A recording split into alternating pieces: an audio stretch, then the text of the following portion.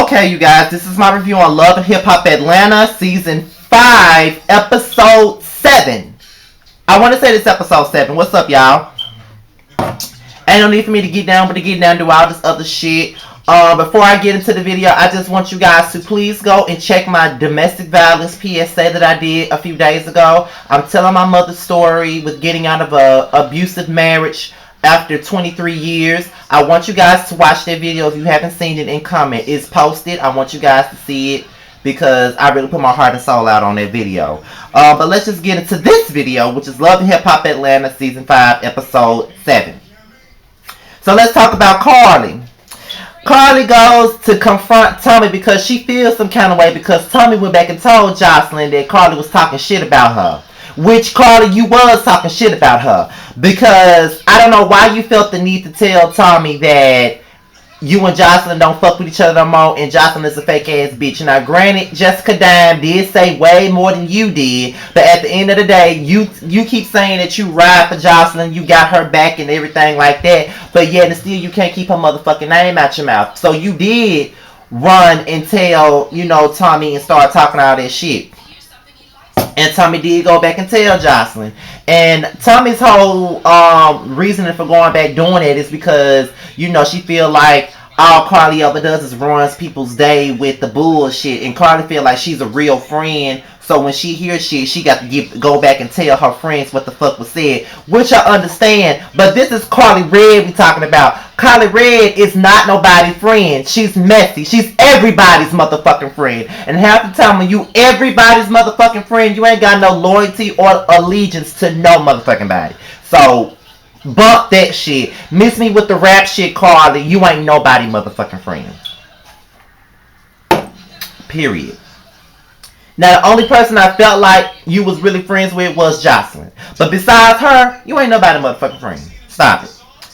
So, Joseline and Dawn, they are now, at a better place from what we saw last week. And Stevie J don't like that shit.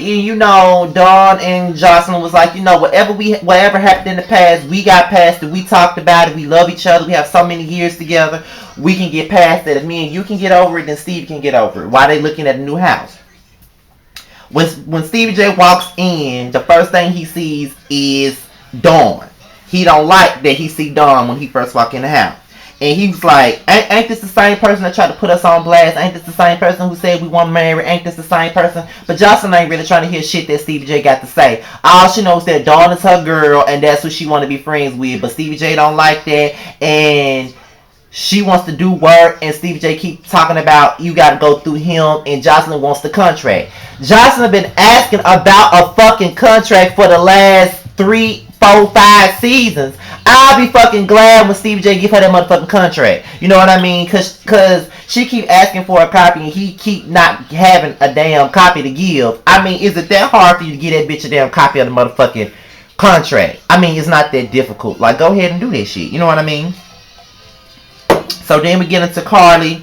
She meets up with Scrapp. And this is what she means when she said, okay, so if I find out some information I'm not going to tell you, Tommie, this is part of the information that she's not going to tell Tommie. So she invites Scrapp and she says that she wants to do a business deal with him. But I don't think that the business deal that she was referring to at first with Sass and her record label was not the business deal that she wanted to do with Scrapp. She wants to fuck Scrapp, which I don't blame her because I do too. But at the end of the day, I just feel like she's really full of shit. Like she really did invite Scrapp over there to fuck him. And she started talking about her little sex show on the Playboy channel and everything like that. And she starts, saying little sexual innuendos to him. And he starts getting hot and getting out of his jacket. And she knew exactly what the fuck she was doing. She seduced the fuck out that young ass boy.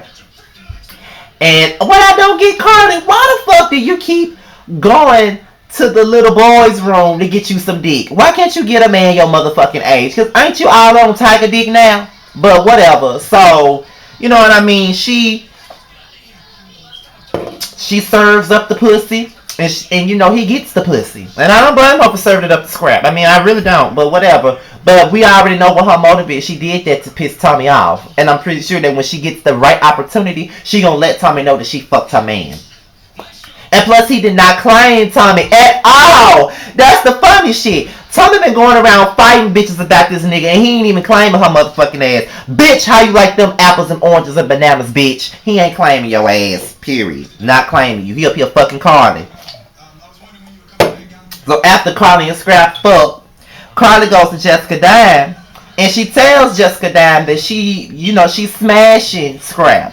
And Jessica Dime like, oh my god, I cannot believe that you doing that. You know what I mean? Like, don't you see how these bitches be fighting over him, and you want to go behind him and try to fuck him too? And she was like, girl, I see why they fighting over him. And I'm like, oh my god, the dick must be absolutely good, bitch. But at the end of the day, Carly is messy, and I have come to the point to take her as she is. You know what I mean? Like, she's messy in an entertaining way. You know, like Kenya Moore, I don't fucking like that bitch. She's not entertaining at all to me. But Carly is messy, and she owns up to her messiness, and that's what makes me respect that bitch. I respect the bitch that know that they messy. If you know you messy, say you messy.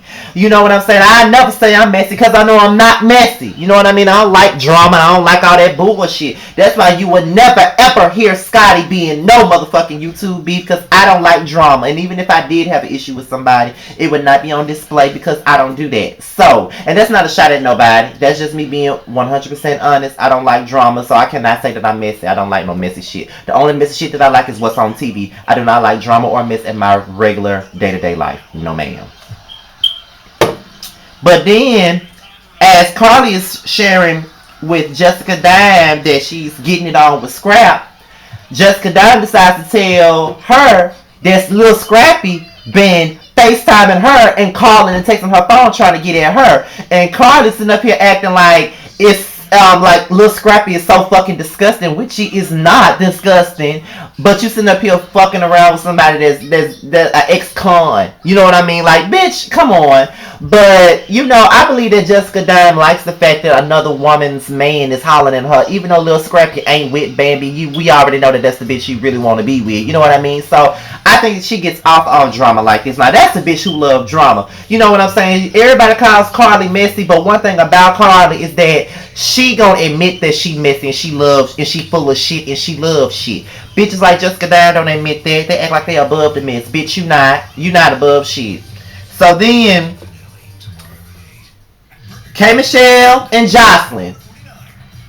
Joseline goes to see K. Michelle, and K. Michelle was a whole lot extra with that damn scavenger hunt. I'm like, girl, if you don't stop, I would have gave up after I walked down the motherfucking steps, bitch. But other than that, you know, they have a conversation, and basically K. Michelle tells Joseline that she's moved back to Atlanta for the good, and she is ready to stun on these hoes. Now, I've been reading a couple of tweets this morning, and I looked up, you know, the top tweets about the show and who all tweeted about the show last night. And a lot of y'all talking about K. Michelle is miserable and she's bitter because she wants to stun on the bitches that doubted her. I'm going to tell y'all like this. I can call out K. Michelle when she right. I can call out K. Michelle when she wrong. But in this instance, I don't give a fuck about her being petty. Why? Because all them bitches did her wrong. All of them did her wrong. Mimi turned on her for Nico ass. Rashida turned on her for Memphis ass, and the truth finally came the fuck out. Her ass still ain't gave no motherfucking apology. Rashida is a fake ass bitch, and I don't blame Kate Michelle for wanting to stun on all of them. All of them talked about her like a dog, and look at her, doing better than all they ass. Each and every one of the bitches that came for her, she's doing better than all of them. She has several businesses. She has a liquor. She has a drink with Jack Daniels coming out. She got 3 #1 albums. She got she got a reality show. She got other shows that she's producing. She got a restaurant opening up. She got a home good line. This bitch took this opportunity that they all were given and did what it did with it. And I don't blame her for wanting to start on their motherfucking ass with the shit. Honestly, especially Rashida. That bitch was, her and K. Michelle was in the same boat when they first got on Love and Hip Hop, and K. Michelle's the one that prevailed. Rashida ain't got no music career. All she got is a motherfucking boutique. Which is not bad. But she had to, you know, get a clothing store because she knew when nobody gonna buy her damn music. But like I said, I really don't give a fuck about K. Michelle being petty with this situation. Yeah, you a star, yeah, whatever. But let's be real, we all love Hip Hop. She got to mention their asses, and I don't blame her. But them bitches can't hide from her, like she said. I'm sorry, but fuck that. They all did her wrong, and I want her to stun on their ass. Fuck that. So Stevie J asked Mimi for a favor because he's sitting up here crying and shit to Mimi, the same woman that he treated like shit, the same woman that he did wrong, the same woman that he took through a lot of shit. And it's really funny because even though I'm not really here for Mimi like that these days, I honestly feel like she got every right to want to laugh at his motherfucking ass. She honestly do, because he did her wrong. He really did do her dirty. You know what I mean? He did her wrong. And she was hurt like hell by him for all the shit that he pulled on her. For real, he really was. He was a nut ass bitch for what the fuck he put her through. You know what I mean? And now he's the one crying to her about a motherfucking bitch. You know what I mean? The same bitch that you dumped me for. You know what I mean? So at the end of the day, Stevie, you can keep your crocodile tears because Mimi really don't give a fuck. She does give a fuck. She don't want to see you hurting, but at the end of the day, it's like, okay, bitch, now you see what I was going through. Now you crying about it, bitch. The same bitch that you know, dumped me for. The same bitch that, you know what I'm saying, that you left me for. You know, you said she made you feel young again and all that shit, and now, you know what I'm saying, now that I moved on now, you can't take it. Not that he can't take it, but it's just off the fact that now that she's moved on, he needs her more than anything. So it's funny how the tables turn. But in the midst of all of that, he asked her to stay with her for a couple of days, and Chris ain't here for it, and she breaks up with Chris. No, Chris breaks up with Mimi. So then, you know what I'm saying, Joseline and Tommie, you know, Joseline confronts Tommie about ruining her party.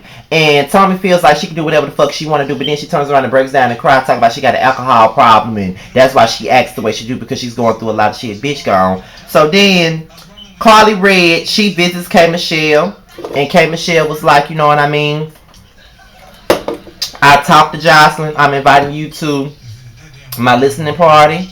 I want you and your friends there. I got invitations for Rashida. I got invitations for Mimi. I invite Arian, myself. As far as Jessica Dime Penny, I don't want it there. And little do y'all know, Jessica Dime and K Michelle been fell out. Let me just say this shit. They been fell out. They fell out while her show was airing.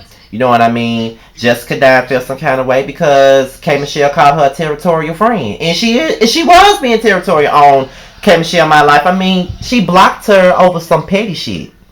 So what the fuck? So, yeah, whatever. So Carly Red gives out the invites, and this is what pissed me off. Mimi more so than Rashida. Mimi, bitch, where do you get off saying that K Michelle tried to ruin your motherfucking relationship? What the fuck did she have to gain for trying to ruin your relationship with Nico, bitch? She was the first motherfucker to call him out, and after she called him out, Arian called him out, and after Arian called him out, Carly Red called him out. Everybody called him out for the phony fake nigga that he was before he decided to leak motherfucking sex tapes with your ass. She the one who told you that he wasn't about shit. She told you, but yeah, you wanted to sit up here and say, oh, she tried to ruin your relationship. Bitch, he ruined your relationship more so than she did. Then on top of that, you talking about this is a woman that hit me with flowers, but bitch, you became friends with her after the fact. So why are you complaining about it now? This is the same one that threw a candle at Rashida. Rashida also walked up on K Michelle, bitch. The same bitch who said that she did not get her ass beat. Y'all hoes are such haters. All of y'all are haters when it comes down to K Michelle. All of them are haters, and I don't give a fuck what they got to say. She's beat, you know, there's nothing they can say. They can try to comfort K Michelle how the fuck they want to, but they cannot comfort her because she's succeeded. Everybody's expectation. She's doing way more than everybody on their show and everybody who tried to say that she couldn't do it. So I don't give a fuck. Call me and K Michelle, stand ass, kiss or whatever. At this point, I don't give a fuck. When it comes down to these hoes on this show, she got every right to stun on them and let them see how great her motherfucking ass is. That's how I feel. Fuck them bitches. So then, at the same party, you know, we had Mimi and Arian party. You know, Jessica Dime goes over with Rashida to go sit with Bambi, and they see Bambi's new boo or whatever. And then that's when Jessica Dime decides that it's a great idea to bring up the fact that Scrappy been FaceTiming her and calling her and shit. And Bambi was like, well, that has nothing to do with me, so I don't know why you telling me this. And then that's when Jessica Dime like, well, I'm telling you because I'm the motherfucking queen and I'm Bitch, you live off motherfucking drama. I'm getting so tired of you in that pink flamingo ass weed, bitch. Get another weed, bitch, and find you something else to do because your music career ain't popping, bitch. That's one motherfucking thing. You ain't got shit popping. You ain't got no storyline, and now you're so happy that scrappy motherfucking ass has decided to give your bitch ass some fucking attention while he's on break with Bambi. You didn't have to tell her that. You didn't have to tell her that, but you decided that you had to tell her that just because. You know what I mean? Bitch, please, you looking for drama. And Rashida, you so fucking fake. You are fake. You a fake ass bitch. But that's all I really gotta say, y'all. Jessica Dime Penny ain't shit but a fake ass bitch. And she's a messy ass bitch and she lives for drama. I didn't like that whole scene that she tried to pull with Bambi. Really didn't make no sense to me. But whatever, y'all. This is my review on Love and Hip Hop Atlanta. And I'll see y'all again for another video. I'm gonna do another video this week. So probably 2 more videos this week. So I'll see y'all. Holla.